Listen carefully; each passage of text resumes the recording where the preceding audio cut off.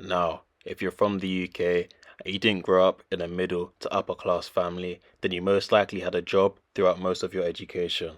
And when you're young, the pressure to keep up with the latest trends is maybe at its highest it will be in your whole life. This, combined with being so young, is the reason you're willing to work like a slave for them meaty wages. And when I got my first job that wasn't cash in hand and actually involved my national insurance number, I was on £5.90 an hour. Literally could have made more peas selling Big Issue or joining the bottom of a pyramid scheme. And the peak thing is, after a hard day of studying, you now have to go do a job you hate just to make ends meet and stop the bailiffs from coming to your yard. But as I was saying, my first non-cash in hand job, I was a kitchen porter in a restaurant. So basically, I was a dishwasher, and sometimes when it got busy, I'd help out and cook, even though I had no qualifications and had no idea what I was doing. You know what the maddest thing was? I was washing everything by hand, which I found out was actually illegal.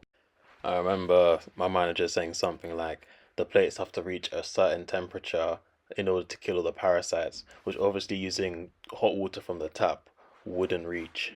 And to be honest, this was my first proper job, so I didn't really care that I was doing anything illegal, and the fact that I was a human dishwasher wasn't that deep for me. The only problem came was when the health inspector did a surprise visit. My boss was panicking and running around the shop like Prince Andrew when Epstein got arrested.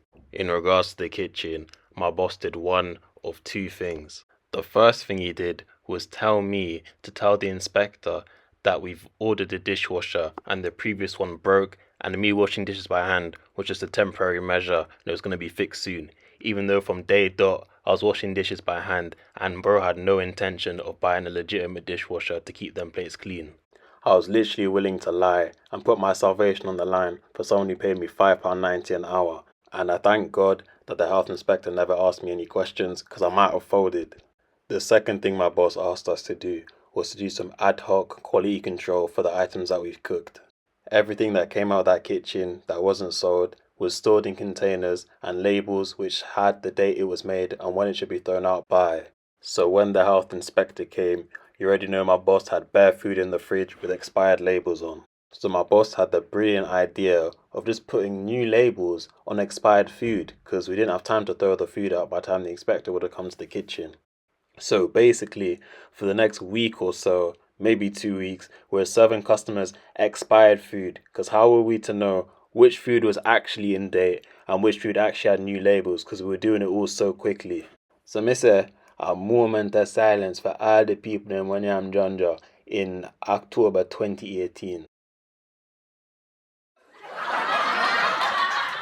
Anyways, another job that I did that I absolutely loved was working in a place that definitely wasn't Lidl. When I worked in not Lidl, it was a flipping grind, man. I remember I'd go home after a hard day's work completely finished. The thing about Lidl is, not only do you serve customers, stack the shelves, do inventory, they also don't have any cleaners. You're the cleaners, bruv. And because this company was German, they were all about that German efficiency.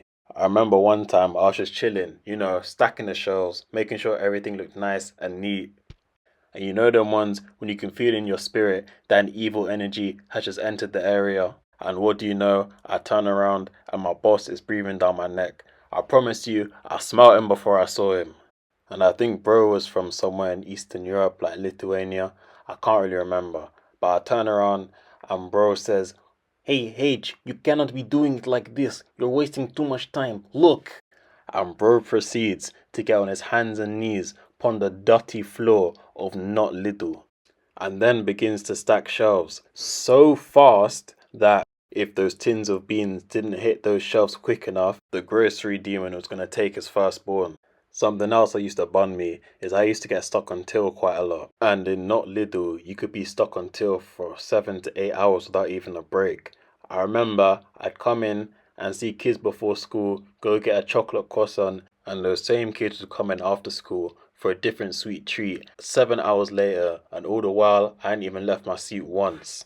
But I'll give not Lidl their flowers because they was paying a man nice. And this was in 2018 to 2019. I was being paid something like £11.20 an hour, which may not sound like much today, but if you adjust for inflation, I was being paid the equivalent of a top 1% OnlyFans creator in 2024. But yeah, I've had so many other jobs since then. I've been a barista, I've worked in traffic management, I've been a barman, a waiter, a prep chef.